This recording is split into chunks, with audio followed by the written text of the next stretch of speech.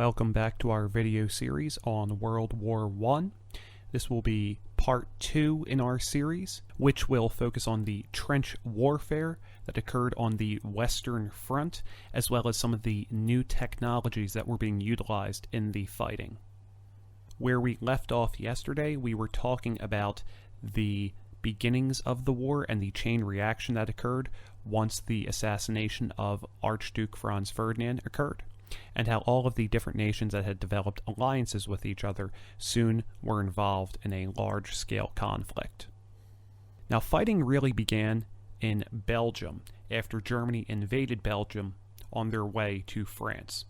Germany's plan was to invade France and capture Paris, and to do so they had to march through Belgium, a country located between both nations. So in 1914, they began their invasion of Belgium on their way to France. Germany was successful in this campaign, taking over and destroying much of Belgium along the way. They were stopped just 30 miles outside of Paris by British and French forces by the Marne River. Now, this counterattack by the British and French forces led to a stalemate in which neither side was able to advance. Germany had dug in their trenches, as well as the French and British. Once the Germans had dug their trenches, they had fortified their position, and they were refusing to retreat. The German troops actually utilized machine guns and artillery to fight back against the British and French, killing thousands of British and French soldiers.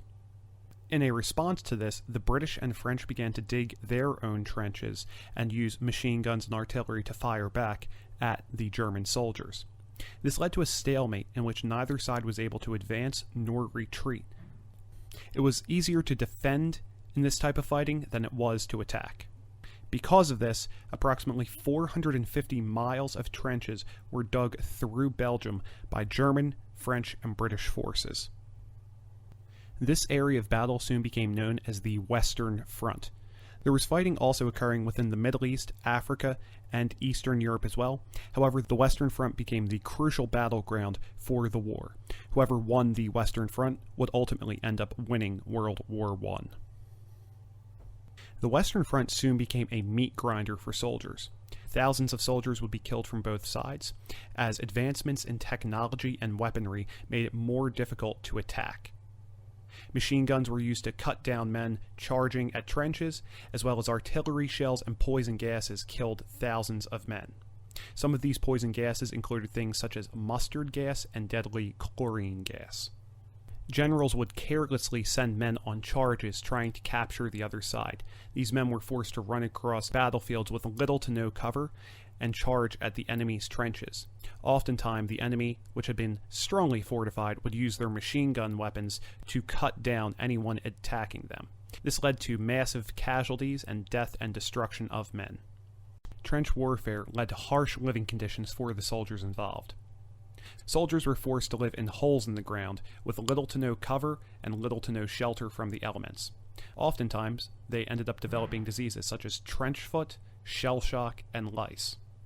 Shell shock today is now known as PTSD, or post-traumatic stress disorder, which occurs after a person experiences a severely traumatizing event. While soldiers were battling the elements and diseases, they also had to worry about enemy troops.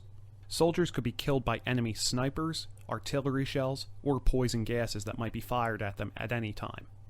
Those who managed to survive were also sent into pointless charges in which they faced the risk of being slaughtered by enemy machine guns and strong defenses. The area between the trenches became known as no man's land, as it was impossible for anyone to make it across. This land was barren and had been destroyed by the fighting. There were no trees, no buildings, no cover at all for advancing troops. The fighting along the Western Front led to millions of soldiers being killed and millions of casualties. The Battle of Verdun alone, there were 2 million total casualties for British, French, and German forces. This will wrap up part 2 of our video series on World War I. Please come back for part 3, where we begin to discuss America's involvement in the war.